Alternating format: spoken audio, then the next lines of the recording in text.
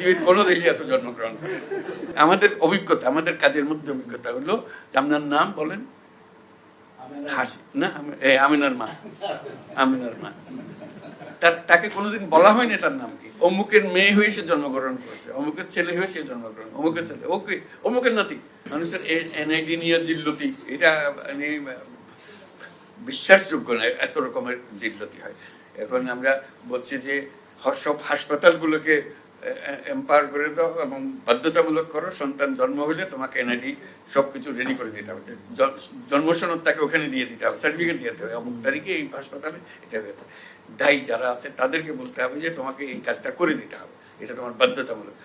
তা না হলে ওই 60 বছর বয়সে বলে জিজ্ঞেস করে আমার জন্ম তারিখ, বলে আমার তো জন্ম তারিখ কিন্তু জানি না, তো দাও একটা বসে যেত, কত বয়স, কত 60 70 কিছু একটা হবে।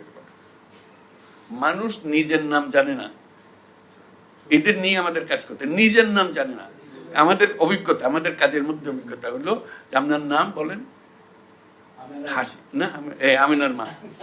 আমিনার মা, তাকে কোনোদিন বলা হয়নি তার নাম কি। অমুকের মেয়ে হয়ে সে জন্মগ্রহণ করেছে, অমুকের ছেলে হয়ে সে জন্মগ্রহণ, অমুকের ছেলে, ওকে অমুকের নাতি।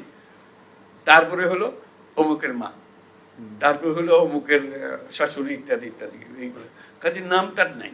কাজে তাকে নাম দেওয়া, তারিখ স্থাপন করা, আমাদের যত এনআইডি আছে তার মধ্যে 50% হলো যে ভুয়ার জন্ম তারিখ, আরো বেশি হইতে পারে। আর আমার জন্ম তারিখ তো আমাদের জানা নেই কেউ। এইভাবে আমরা হয়েছে। আমাদের বেশিরভাগ স্কুল কলেজের শিক্ষকদের দায়িত্ব হলো, বিশেষ করে প্রাইমারি স্কুলে ম্যাট্রিক পরীক্ষার সময়, এখন এইচএসসি এসএসসি এগুলো, যে হেডমাস্টার জন্ম তারিখ বসে আছে, এবং বেশিরভাগের জন্ম তারিখ হলো 1 জানুয়ারি। বাংলাদেশে যত 1 জানুয়ারিতে জন্মগ্রহণ করে পৃথিবীর কোনো দেশে এত জন্মগ্রহণ করে।